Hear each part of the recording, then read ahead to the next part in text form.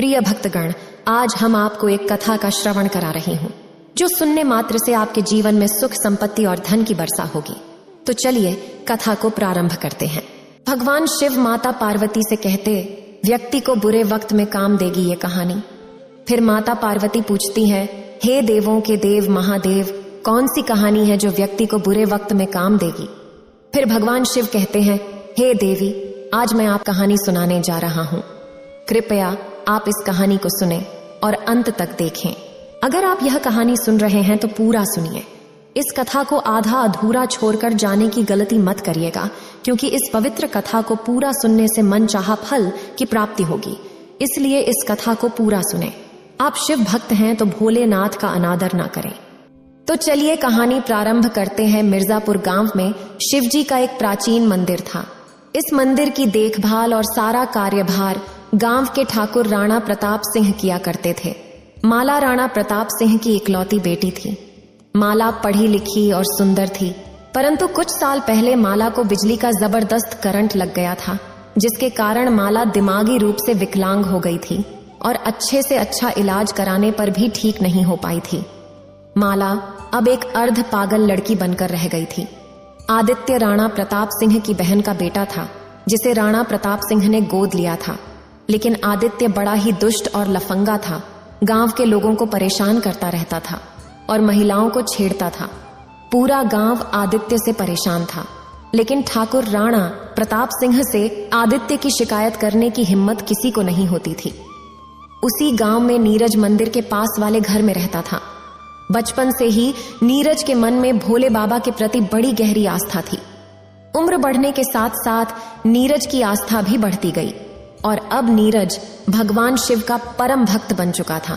नीरज हर रोज सुबह उठकर सबसे पहले शिव मंदिर जाता और मंदिर की साफ सफाई करने के बाद भगवान शिव की सच्चे मन से पूजा अर्चना करता था। फिर उसके बाद जाकर अपनी परचून की दुकान खोलता था। मंदिर के पुजारी जी नीरज से बहुत खुश रहते थे। वो हमेशा ही नीरज की मंदिर सेवा देखकर कहते थे, बेटा नीरज, तुम भोलेनाथ की बड़ी सेवा करते हो। देखना, तुम्हारी भक्ति से एक दिन शिव भगवान अवश्य प्रसन्न होंगे और उनकी कृपा तुम पर अवश्य बरसेगी। नीरज कहता, पुजारी जी, मैं तो बस एक बार अपने आराध्य भोले बाबा के दर्शन करना चाहता हूँ। इससे ज्यादा मेरी कोई और इच्छा नहीं है। नीरज के पिता का 2 साल पहले बीमारी के कारण निधन हो गया था। अब नीरज की बूढ़ी माँ ही उसका परिवार थी। नीरज अपनी माँ की बहुत सेवा करता था, तो उसकी माँ कहती थी, बेटा, मैं चाहती हूँ कि मरने से पहले तेरी शादी कर दूं। घर में बहू आ जाएगी तो हम दोनों को ही थोड़ा सुख मिल जाएगा। इस सूने घर में नन्हे मुन्ने बच्चों की किलकारियों से चहल पहल हो जाएगी। नीरज कहता, माँ, मेरी शादी की चिंता तू क्यों करती है? भोलेनाथ जब चाहेंगे तो मेरी शादी भी हो जाएगी। संसार को चलाने का काम भोले बाबा ही तो करते हैं। नीरज का शिवजी में विश्वास देखकर माँ खुश हो जाती थी। इसी तरह दिन गुजरते गए। एक दिन ठाकुर शिव मंदिर में गांव के लोगों को जमा करता है। पूरे हर्षोल्लास के साथ भोले बाबा को सोने का त्रिशूल और डमरू चढ़ाता है और शिवलिंग को दूध से स्नान कराकर भगवान शिव से प्रार्थना करता है, हे बाबा भोलेनाथ, मेरी बच्ची पर कृपा कर दो। मेरी बच्ची बावली हो गई है, आप उसे ठीक कर दो। मैं 3 दिनों तक आपके नाम का भंडारा करवाऊंगा, और वो भी प्योर देसी घी में बनवाकर। ठाकुर राणा प्रताप सिंह ने सोने का त्रिशूल और डमरू भगवान को अर्पित किया। इस भक्ति कार्य की खबर आसपास के गांवों में फैल गई और लोग ठाकुर की सराहना करने लगे। एक दिन नीरज अपनी परचून की दुकान पर बैठा था। तभी गांव की एक लड़की पूर्णिमा सामान लेने आई। नीरज भैया, कपड़े धोने वाला एक साबुन दे दो और पैसे खाते में लिख लेना। नीरज पूर्णिमा को साबुन देने लगा। तभी वहां आदित्य आ गया और पूर्णिमा को छेड़ने लगा। ए छोरी, मैं तुझसे प्यार करता हूं और तू मुझे खास भी नहीं देती है। कितना नखरा है तेरे भीतर। या तो मेरा प्यार स्वीकार कर ले, नहीं तो तुझे उठा के ले जाऊंगा। अरे लफंगे, गांव की बहू बेटियों को तंग करते हुए तुझे शर्म नहीं आती? ये छोरी ठाकुर की भांजा हूं, फिर तुम मेरे सामने क्यों आएगी? अरे, मेरा सामना करने की इस गांव में किसी की हिम्मत नहीं है। नीरज चुपचाप बैठा सारा नजारा देख रहा था। वह उठकर आदित्य के पास आता है और कहता है, आदित्य, तेरी बदतमीजी अब हद से बाहर हो गई है। ताकत और रुतबे का इतना घमंड ठीक नहीं होता। तू अपनी हरकतों से बाज आ जा, नहीं तो अच्छा नहीं होगा। रे गरीब परचून दुकान वाले, ये मेरे सामने बकवास करने की तेरी हिम्मत कैसे हो गई? तू मुझे जानता नहीं है, 1 मिनट में तुझे सबक सिखा दूंगा। नीरज आदित्य को एक मुक्का मारता है और आदित्य जमीन पर गिर पड़ता है। इतने में कुछ और लोग भी वहां इकट्ठा हो जाते हैं।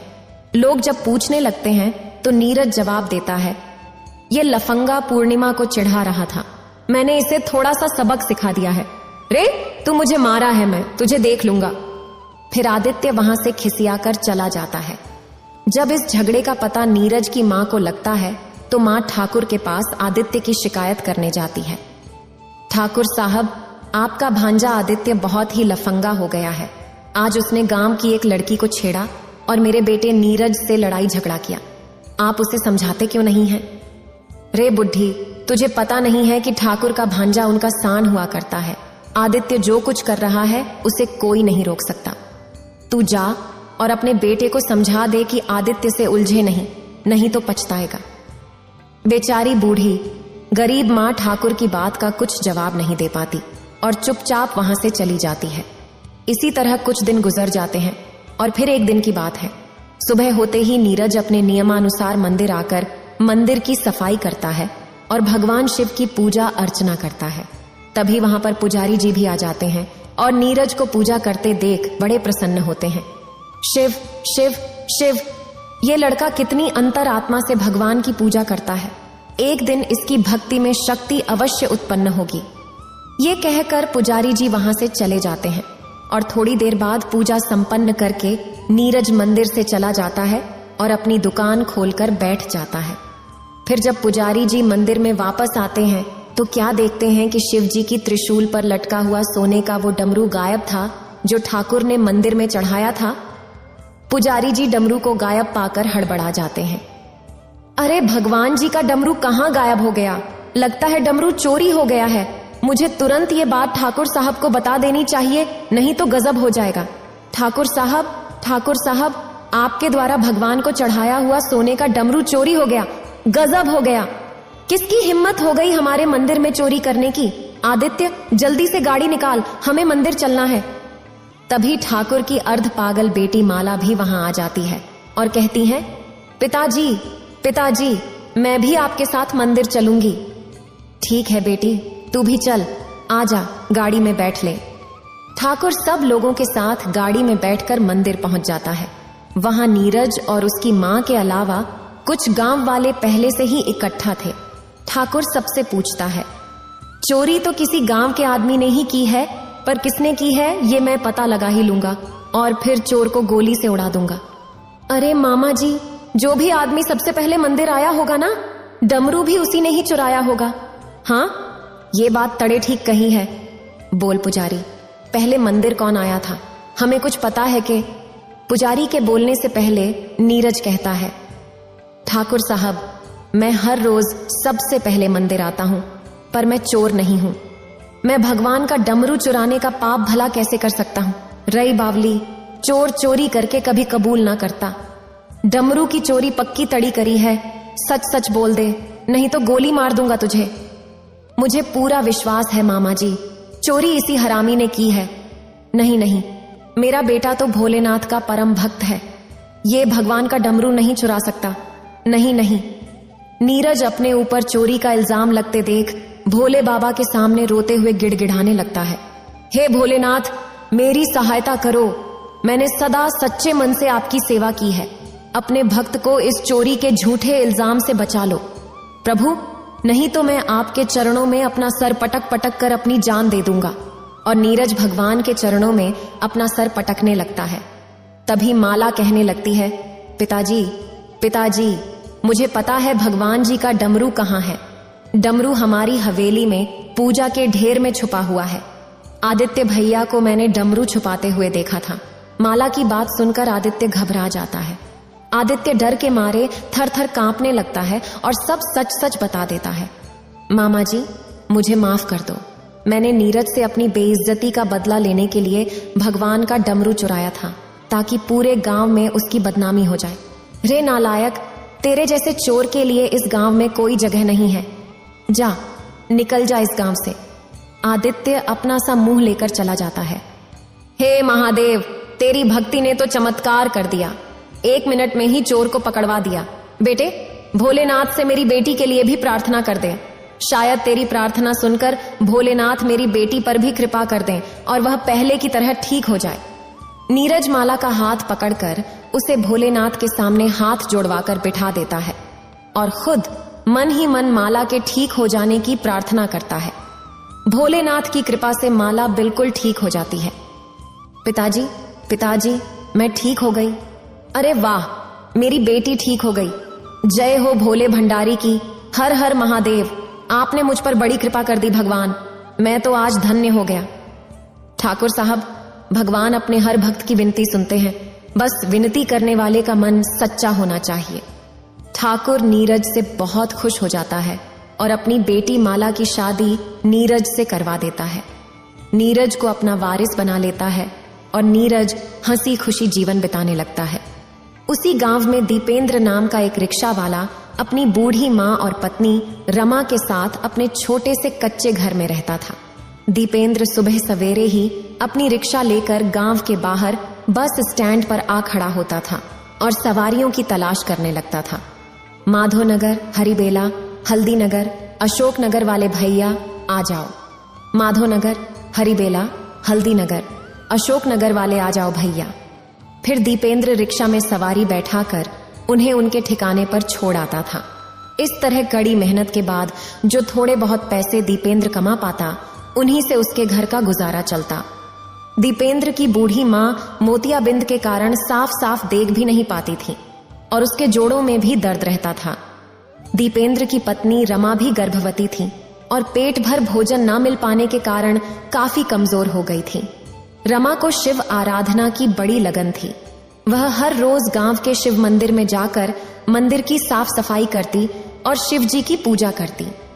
यह रमा का रोज का नियम था। हे महादेव, हे भोलेनाथ, आप तो जगत के पालनहार हैं, मेरी गरीबी भी दूर कर दो भगवान। मेरे भाग्य में भी थोड़ा सा सुख लिख दो, मुझे भी धन्य कर दो भगवान। जब दीपेंद्र को एक भी सवारी नहीं मिलती और वह खाली हाथ घर आता तो उसकी माँ कहती, अरे बेटा दीपेंद्र, ये रिक्शा चलाने का काम छोड़कर कोई दूसरा काम क्यों नहीं कर लेता? देख बेटा, बहू गर्भ से है, ऐसी हालत में बहू का भूखा रहना ठीक नहीं है। दीपेंद्र जवाब देता, माँ, आज के दौर में काम मिलना आसान नहीं होता और फिर मुझे कोई दूसरा काम भी तो नहीं आता सिवाय रिक्शा चलाने के। रमा कहती, अरे आप दोनों इतने परेशान क्यों हो जाते हैं? कष्ट भोगने का नाम ही तो जीवन है। मेरे भोलेनाथ सब कुछ देखते हैं, वह एक दिन जरूर हमारा भाग्य बदलेंगे। रमा को भोले शंकर पर पूरा विश्वास था कि एक दिन शंकर जी उनका भाग्य जरूर बदलेंगे। इसी तरह सुख दुख झेलते हुए दीपेंद्र का परिवार अपना समय बिता रहा था। एक दिन अचानक जब दीपेंद्र अपनी रिक्शा लेकर घर से काम पर जाने ही वाला था तो दीपेंद्र को खून की उलटी हो गई। रमा दौड़ कर गई और गांव के वैद्य जी को बुलाकर लाई। वैद्य जी दीपेंद्र की नाड़ी देखकर बताते हैं, देखो रमा बेटी, खाली पेट रिक्शा खींचने की वजह से दीपेंद्र का फेफड़ा फट गया है। तुम इसे तुरंत किसी अच्छे अस्पताल में भर्ती करवा दो, वहीं इसका इलाज हो सकता है। घर में तो 2 वक्त की रोटी के भी लाले पड़े हुए थे। ऐसे हालात में दीपेंद्र को अच्छे अस्पताल में भर्ती कराना रमा के बस से बाहर था। रमा मंदिर में जाकर भोले बाबा से प्रार्थना करने लगती है, हे भोलेनाथ, मुझे अभागिन पर कुछ तो दया करो। मैं गरीब लाचार अपने पति का इलाज नहीं करा सकती। आप अपनी कृपा से मेरे पति को ठीक कर दो। भोलेनाथ, मेरी भक्ति की लाज रख लो, प्रभु लाज रख लो। रमा प्रार्थना करते करते रोने लगती है। तभी वहां पर मंदिर के पुजारी जी आ जाते हैं और रमा को रोते देखकर पूछते हैं, रमा बेटी, क्या बात है? आज तू इतनी दुखी क्यों है? रमा पुजारी जी को अपनी सारी दुख भरी कहानी सुना देती है। तो पुजारी जी कहते हैं, बेटी, तू तो महादेव की परम भक्त है, तू चिंता मत कर, तेरी करुण पुकार भोले बाबा जरूर सुनेंगे। पुजारी जी रमा को कुछ रुपए देकर कहते हैं, रमा बेटी, ये कुछ पैसे हैं मेरे पास, इन्हें तू ले ले, घर का खर्च चलाने में तेरे काम आएंगे। रख ले बेटा, रख ले। रमा पैसे लेकर मंदिर से निकलती है और सीधा बनिए की दुकान पर पहुंचती है। लाला जी 2 किलो आटा, 1 किलो चावल, आधा किलो दाल और आधा किलो चीनी दे दो। लाला जी उसे राशन का सामान दे देते हैं, जिसे लेकर वह अपने घर लौटती है। फिर खाना बनाती है और तीनों लोग खाना खाते हैं। पुजारी के दिए हुए पैसों से 2-4 दिनों का खर्चा चल जाता है, लेकिन जब राशन खत्म हो जाता है तो फिर से भूखे मरने की नौबत आ जाती है। रमा की सास कहती है, बहू मुझे बहुत भूख लगी है बेटा, कुछ खाने को हो तो ला दे। माँ जी, घर में राशन का एक दाना भी नहीं है, मैं आपको खाने के लिए कहां से दूं? दीपेंद्र, जो खाट पर लेटा हुआ सास बहू की बातें सुन रहा था, उठकर खड़ा हो गया और कहने लगा, रमा, इस तरह काम नहीं चलेगा, मुझे रिक्शा चलाना पड़ेगा, नहीं तो हम तीनों भूखे मर जाएंगे। नहीं नहीं, आप रिक्शा नहीं चला सकते, आपकी तबीयत बहुत खराब है, आप लेट जाइए। नहीं नहीं, मुझे रिक्शा लेकर जाना ही होगा। हाँ। दीपेंद्र जाने लगा, लेकिन चकरा कर गिर पड़ा। रमा उसे सहारा देकर खाट पर लिटा देती है। देखा, मैं कह रही थी ना कि आपकी तबीयत बहुत खराब है, आप रिक्शा नहीं चला पाएंगे। अरे तुम दोनों चिंता मत करो, मैं जाकर किसी के घर में झाड़ू पोछे का काम ढूंढती हूँ, ज्यादा नहीं तो गुजारे लायक पैसे तो मैं कमा ही लाऊंगी। हाँ जी। माँ जी, एक तो आप बूढ़ी हो चुकी हैं, ऊपर से मोतियाबिंद के कारण आपको ठीक से दिखता भी नहीं है, आप कैसे कोई काम कर पाएंगी? तो फिर तू ही बता बहू, हम लोग कैसे जिएंगे? भगवान भोले शंकर जैसा चाहेंगे हम वैसे ही जिएंगे। फिलहाल खाने का इंतजाम करने के लिए मैं कुछ करती हूँ। रमा घर से बाहर चली जाती है और दीपेंद्र की खड़ी हुई रिक्शा के पास आकर कुछ सोचने लगती है। क्यों ना इस रिक्शा को मैं चलाऊं, 2-4 सवारियां ढोकर कुछ रुपए तो मैं कमा ही लूंगी। रमा रिक्शा लेकर बस स्टैंड पर आ जाती है और सवारियों के आने की प्रतीक्षा करने लगती है। तभी स्टैंड पर एक बस आकर रुकती है और रमा सवारियों को पुकारने लगती है, आ जाओ आ जाओ, माधोनगर, हल्दीनगर, अशोकनगर वाले आ जाओ। सवारियां आती हैं, लेकिन रमा को गर्भवती देखकर उसके रिक्शा में कोई नहीं बैठता। अरे बहन, तुम तो गर्भवती हो, तुम्हें इस हालत में घर पर आराम करना चाहिए, माफ करना, हम तुम्हारे रिक्शे में नहीं जा पाएंगे।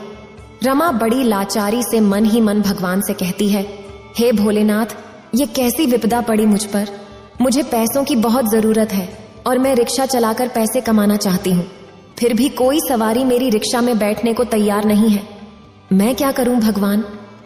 रमा खड़ी हुई अपने दुर्भाग्य का रोना रो रही थी कि तभी वहां पर शंकर भगवान के जैसा दिखने वाला एक आदमी आता है और रिक्शा में बैठ जाता है।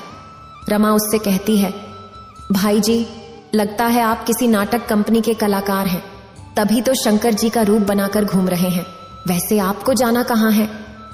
हाँ बहन, मुझे तुम कलाकार ही समझो, मुझे शिव मंदिर ले चलो। रमा रिक्शा लेकर चल पड़ती है। एक तो भूखी, ऊपर से गर्भवती होने के कारण वो ज्यादा दूर तक रिक्शा नहीं चला पाती और बेहोश हो जाती है। रिक्शे में बैठे शंकर जी रमा को सहारा देकर रिक्शा में बैठाते हैं और खुद रिक्शा चलाकर रमा को उसके घर ले आते हैं। भगवान शंकर की कृपा से दीपेंद्र भी बिल्कुल ठीक हो जाता है। दीपेंद्र की मां की आंखों की रोशनी वापस आ जाती है और रमा भी होश में आ जाती है। रमा भगवान जी से कहती है, हाँ, आपके आने से मेरे घर में चमत्कार हो गया, मेरे पति ठीक हो गए और मेरी सासू मां की आंखें भी ठीक हो गईं। आप कोई साधारण कलाकार नहीं हैं, मैं आपको पहचान गई हूं, प्रभु आप स्वयं भोलेनाथ हैं। भोलेनाथ कहते हैं, हाँ पुत्री, तुमने मुझे सही पहचाना, मैं काशी पर्वत से आया हूं और तुम्हारी भक्ति से प्रसन्न हूं, तुम्हारे अटूट विश्वास के कारण ही मैंने तुम्हें दर्शन दिए हैं, तुम परोपकारी और धार्मिक हो, बोलो तुम्हें मुझसे क्या वरदान चाहिए? रमा कहती है, प्रभु आप स्वयं मेरी झोपड़ी में पधारे, मुझे आपके दिव्य दर्शन हो गए, मैं तो सौभाग्यशाली हो गई, प्रभु मुझे और किसी चीज की इच्छा नहीं है।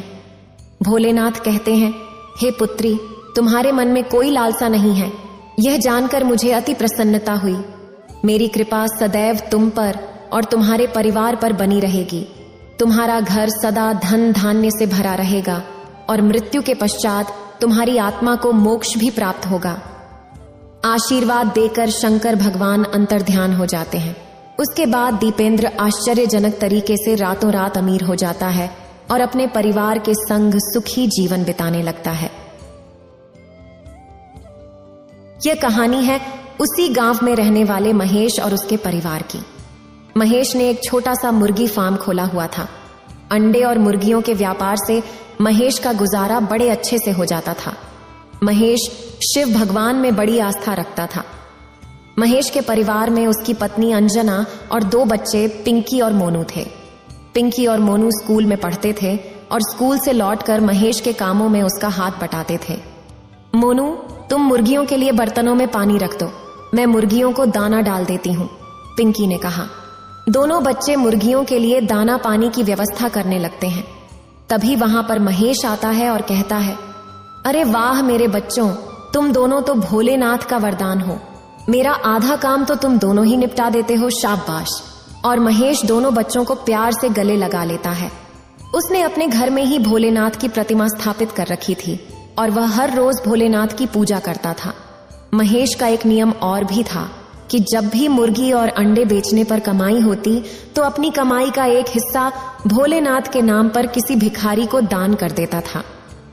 ऐसे ही एक दिन महेश जब एक भिखारी को दान के पैसे दे रहा था तो भिखारी ने कहा, तुम बड़े भले इंसान हो, दान पुण्य करते रहते हो, भगवान तुम्हारा भला करे। महेश ने उत्तर दिया, अरे भैया, मैं किसी को कुछ देने का सामर्थ्य नहीं रखता, ये तो उस भोलेनाथ की मुझ पर कृपा है, वो मेरे हाथों से दान पुण्य करवाते हैं, और क्या। इसी प्रकार महेश का जीवन गुजर रहा था। एक दिन बहुत तेज बारिश होती है। मूसलाधार बारिश का वेग बढ़ता ही जाता है। सारे गांव में पानी ही पानी भर जाता है। तो महेश अंजना से कहता है, अंजना, ये बारिश तो रुकने का नाम ही नहीं ले रही है। पूरे गांव में पानी भर गया है। अगर नदी का बांध टूट गया तो गांव में बाढ़ आ जाएगी और पूरा गांव बह जाएगा।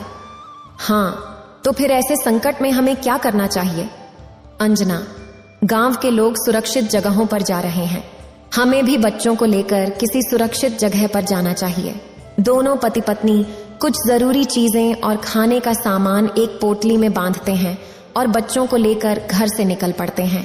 पूरे गांव में घुटनों तक पानी भरा हुआ था। गांव के अन्य लोगों की तरह महेश और अंजना भी पानी में चलते हुए सुरक्षित स्थान पर जाने लगते हैं। तभी अचानक पानी का स्तर ऊंचा होने लगता है और पानी का बहाव तेज हो जाता है। अंजना कहती है, सुनो जी, अब पानी का स्तर और ऊंचा हो रहा है। हाँ अंजना, लगता है नदी का बांध टूट गया है। जिसका डर था वही हुआ, बाढ़ आ गई है। भोलेनाथ, हमारी और सभी गांव वालों की रक्षा करना। महेश और अंजना अपने अपने बच्चों को कंधों पर बैठाकर पानी में चलने लगते हैं। नीचे बाढ़ का तीव्र बहाव और ऊपर से मूसलाधार बारिश के कारण दोनों को संभल कर चलना मुश्किल हो रहा था। महेश लगातार भोले बाबा से प्रार्थना कर रहा था, हे भोले शंकर, हम सबकी रक्षा करो और हमें अपनी कृपा से किसी सुरक्षित स्थान पर पहुंचा दो प्रभु, किसी सुरक्षित स्थान पर पहुंचा दो। तभी वहां पर बचाव दल की मिनी बोट आ जाती है जिसमें पहले से ही कुछ लोग और बच्चे सवार थे। महेश बचाव दल टीम से कहता है, साहब जी, हमें भी इस नाव में बैठा लो ना। अरे नहीं नहीं भैया, हमारी बोट में जगह नहीं है। पहले हम इन लोगों को सुरक्षित जगह पर छोड़कर आते हैं, फिर तुमको भी ले जाएंगे। तब तक तुम लोग यहीं पर खड़े रहो। भाई साहब, पानी का स्तर बढ़ता ही जा रहा है। आप हमारे बच्चों को तो नाव में बैठा ही सकते हो ना। आप इन बच्चों को ले जाओ, हमें बाद में ले जाना। ठीक है, हम इन बच्चों को ले जाते हैं। दोनों बच्चों को बोट में बैठाकर बचाव दल चला जाता है। फिर महेश अंजना से कहता है, अंजना, पानी का बहाव बहुत तेज हो गया है, हम यहाँ खड़े नहीं रह सकते, मेरा हाथ पकड़ लो। हम धीरे धीरे सुरक्षित स्थान तक पहुंचने की कोशिश करेंगे। अंजना महेश का हाथ पकड़ लेती है और दोनों आगे बढ़ने की कोशिश करते हैं। महेश लगातार महादेव का नाम जप रहा था। तभी जल प्रवाह बहुत तेज हो जाता है और दोनों को अपने साथ बहा ले जाता है। दोनों पति पत्नी जान बचाने के लिए हाथ पैर मारने लगते हैं, लेकिन बाढ़ के आगे उनकी हर कोशिश बेकार हो जाती है और दोनों डूबने लगते हैं। तभी एक चमत्कार होता है। वहां एक नाव आ जाती है जिसमें स्वयं शंकर जी सवार होते हैं। शंकर जी महेश और अंजना को पानी से बाहर खींचकर नाव में बैठा लेते हैं। दोनों पति पत्नी भोले शंकर को अपने सामने देखकर उनके आगे नतमस्तक हो जाते हैं। फिर महेश कहता है, हे भोलेनाथ, आपने मेरी विनती सुन ली, और हमें स्वयं आकर बाढ़ में डूबने से बचा लिया। आपका कोटि कोटि धन्यवाद प्रभु। हमें तो भगवान ने आकर बचा लिया, पर हमारे दोनों बच्चे पता नहीं कहां होंगे और किस हाल में होंगे। तुम्हारे बच्चे बिल्कुल सुरक्षित हैं और ठीक हैं।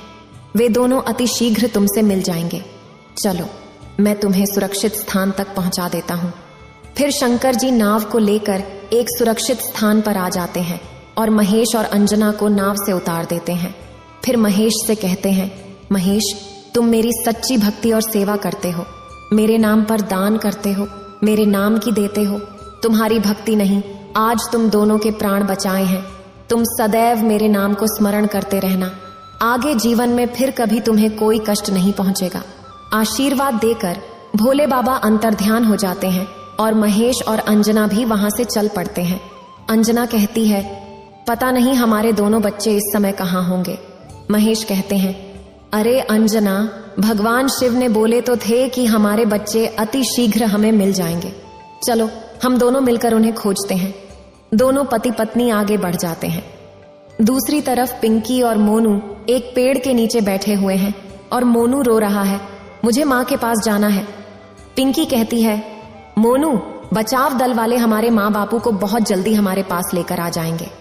तभी महेश और अंजना दोनों बच्चों को खोजते हुए उनके पास आ जाते हैं। वो रहे मेरे बच्चे मोनू, पिंकी, तुम लोग ठीक तो हो ना? मेरे बच्चे। दोनों बच्चे दौड़कर अपने माँ बाप से लिपट जाते हैं और महेश भगवान को धन्यवाद देने लगते हैं। हे शिव शंभू, आप सचमुच भोले और दयालु हैं। आपकी कृपा से हमारी जान भी बच गई और हमें हमारे बच्चे भी मिल गए। आपको कोटि कोटि प्रणाम, कोटि कोटि प्रणाम। यह बिल्कुल सत्य है।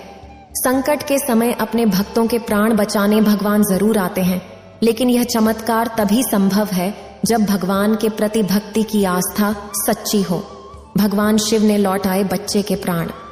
कहते हैं, जब से यह धरती बनी है तब से ही इसे बनाने वाले भगवान शिव यहाँ रहने वाले प्राणियों की सुख, शांति और कुशलता देखने गांव में यहाँ आते रहते हैं, और जो भक्त उनका प्रतिदिन स्मरण करते हैं उन्हें वे प्रकट होकर दर्शन भी देते हैं। हिमालय पर तपस्या करने वाले अनेक साधु महात्माओं ने शिव जी का साक्षात दर्शन किया है तथा उनसे बहुत प्रकार के वरदान प्राप्त किए हैं और सिद्धियां हासिल की हैं। इसी क्रम में एक बार महादेव शिव आकाश मार्ग से पृथ्वी के भ्रमण पर निकले थे। वे वायु के वेग से बादलों को चीरते हुए आगे बढ़ रहे थे कि अचानक उनकी दृष्टि एक मृत बालक और उसकी विलाप करती हुई मां पर पड़ी। यह दुखी मां बहुत विलाप कर रही थी। ऐसा लगता था जैसे उसकी आंखों के सारे आंसू सूख गए हों। पुत्र के वियोग में उसका चेहरा पत्थर का हो चुका था, जिस पर कोई भावना दृष्टिगोचर नहीं हो रही थी। उस अबला नारी की विकट स्थिति देखकर भगवान शंकर का हृदय करुणा से भर गया। वैसे भी भोलेनाथ किसी का कष्ट नहीं देख सकते। शीघ्र ही वे मां बेटे के पास प्रकट हुए और बोले, देवी, तुम्हारे पुत्र की देह निष्प्राण लगती है। यह क्या स्थिति है? वह नारी बोली, हे देवों के देव महादेव, जलाधारी काशीपति शिव, मुझे अपनी आंखों पर विश्वास नहीं हो रहा। मैं अपने इकलौते लड़के के प्राणहीन शरीर के पास बैठी आपका नाम जप रही थी और आप प्रकट हो गए। जय हो आपकी। शिव बोले, शांत हो जाओ देवी, हमें बताओ तुम्हारा नाम क्या है और इस बच्चे को क्या हुआ है? वह नारी बोली, मेरा नाम वंदना है। मैं एक गरीब ब्राह्मणी हूं। मेरे माता पिता आपकी त्रिकाल संध्या करते थे। हमारे परिवार में प्रारंभ से ही शिव भक्ति के संस्कार हैं। आप तो सब जानते हैं प्रभु। आज जब मैं अपने पुत्र को लेकर काशी यात्रा पर जा रही थी तो रास्ते में इस घनघोर जंगल में इसे एक सांप ने काट लिया। वह सांप इतना जहरीला था कि उसके काटने के कुछ समय बाद ही इसकी असमय मृत्यु हो गई। प्रभु, अब आप ही इसे बचा सकते हैं। आप तो सर्वशक्तिशाली हैं। संसार में सबकी मृत्यु आपके ही हाथ में है। कृपा कर मेरे बच्चे को फिर से जीवित कर दीजिए। मैंने आपकी बहुत भक्ति की है प्रभु। शिव बोले, देवी, दुनिया में जो भी आया है उसे एक दिन जाना ही पड़ता है। यही संसार का नियम है। सभी की देह नश्वर है और इस परिवर्तनशील संसार में रहने का सबके लिए समय निर्धारित है। वह समय भी एक विराट नियम का हिस्सा है। प्रभु, संसार के सारे नियम आपने ही तो बनाए हैं। केवल आप ही नियम बदल सकते हैं। प्रभु, मैंने संतों के सत्संग में सुना है कि प्रबल प्रेम के प्रभाव से प्रभु को नियम बदलते देखा है। अपने भक्तों की भक्ति के कारण आप नियमों को बदल देते हैं, परंतु इस प्रकार से अगर हम हर मृत शरीर को पुनः प्राण देंगे तो संसार कैसे चलेगा? जन्म और मरण के चक्र को सुचारू रूप से चलाने के लिए हर पैदा हुई आत्मा को पुराना शरीर छोड़ना होता है ताकि वह फिर से नया शरीर धारण कर सके। परंतु प्रभु, यह बालक बहुत छोटा है, इसने अभी संसार का कोई सुख नहीं देखा, इसकी विद्यालय की शिक्षा तक पूर्ण नहीं हुई है, और सबसे मुख्य बात यह है कि यह काशी यात्रा पूर्ण करके आपके 12 ज्योतिर्लिंग दर्शन को भी जाना चाहता था। इसकी भक्ति भी पूरी नहीं हुई और संसार में भी इसने कोई सुख नहीं पाया। क्या मैं इतनी अभागी मां हूं? अगर ऐसा है तो मेरी आपसे विनती है कि इसी समय आप अपने त्रिशूल से मेरा सर काट दीजिए। इसके बिना मेरे जीने का कोई अर्थ नहीं है। शांत हो जाओ देवी, शांत हो जाओ। मैं दिव्य दृष्टि से देख सकता हूं कि तुम्हारे बेटे की आयु समाप्त हो गई है, तभी यमराज उसके प्राण ले गया है। परंतु भोलेनाथ, यमराज और अन्य देवता तो आपके सेवक हैं, आपकी आज्ञा को वे नहीं टाल सकते। आपके एक इशारे की देर है, वे मेरे बच्चे के प्राण लौटा देंगे।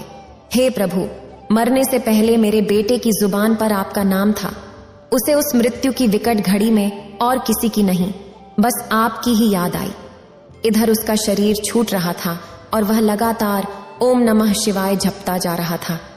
अपने नाम की लाज रख लो प्रभु, आपके नाम की लाज रख लो।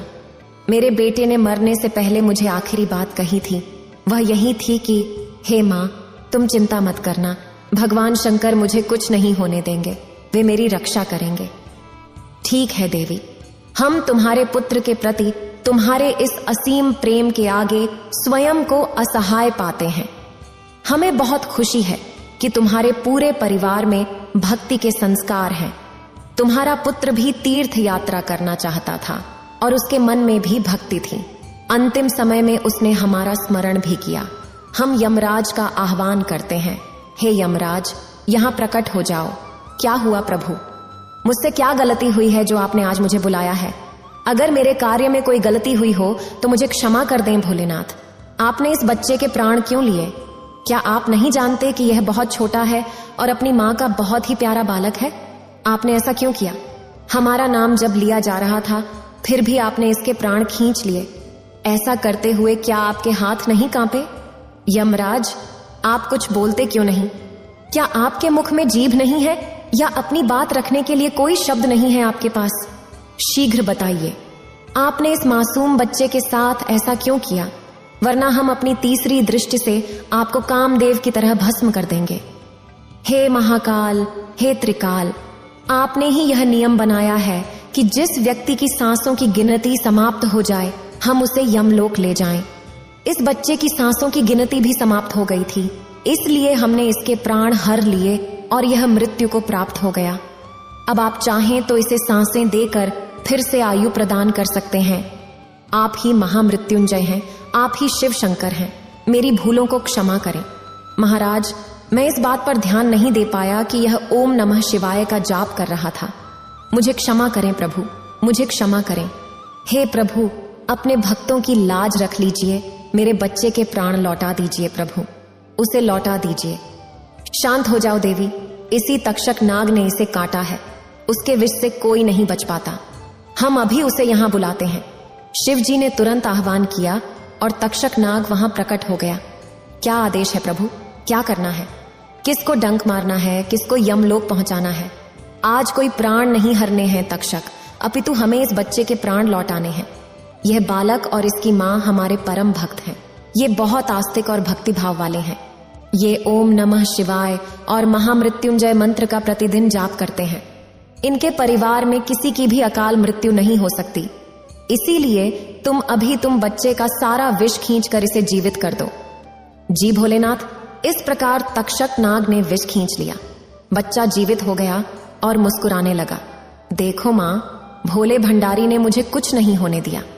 माँ ने उसे गले से लगाया और बोली, मेरे बेटे, मेरी बेटे, तुम कहाँ चले गए थे मेरे बेटे? जय भोलेनाथ, जय शिव शंभू, जय भोलेनाथ। इतना कहकर भगवान शिव इस कहानी को समाप्त करते हैं। इस वीडियो को बोलते समय कोई त्रुटि हो तो मैं क्षमा चाहती हूँ। उम्मीद है आप सभी को ये वीडियो अच्छी लगी होगी। अगर आप शिव के सच्चे भक्त हैं तो चैनल को सब्सक्राइब और वीडियो को लाइक करके कमेंट में हर हर महादेव लिख दीजिए।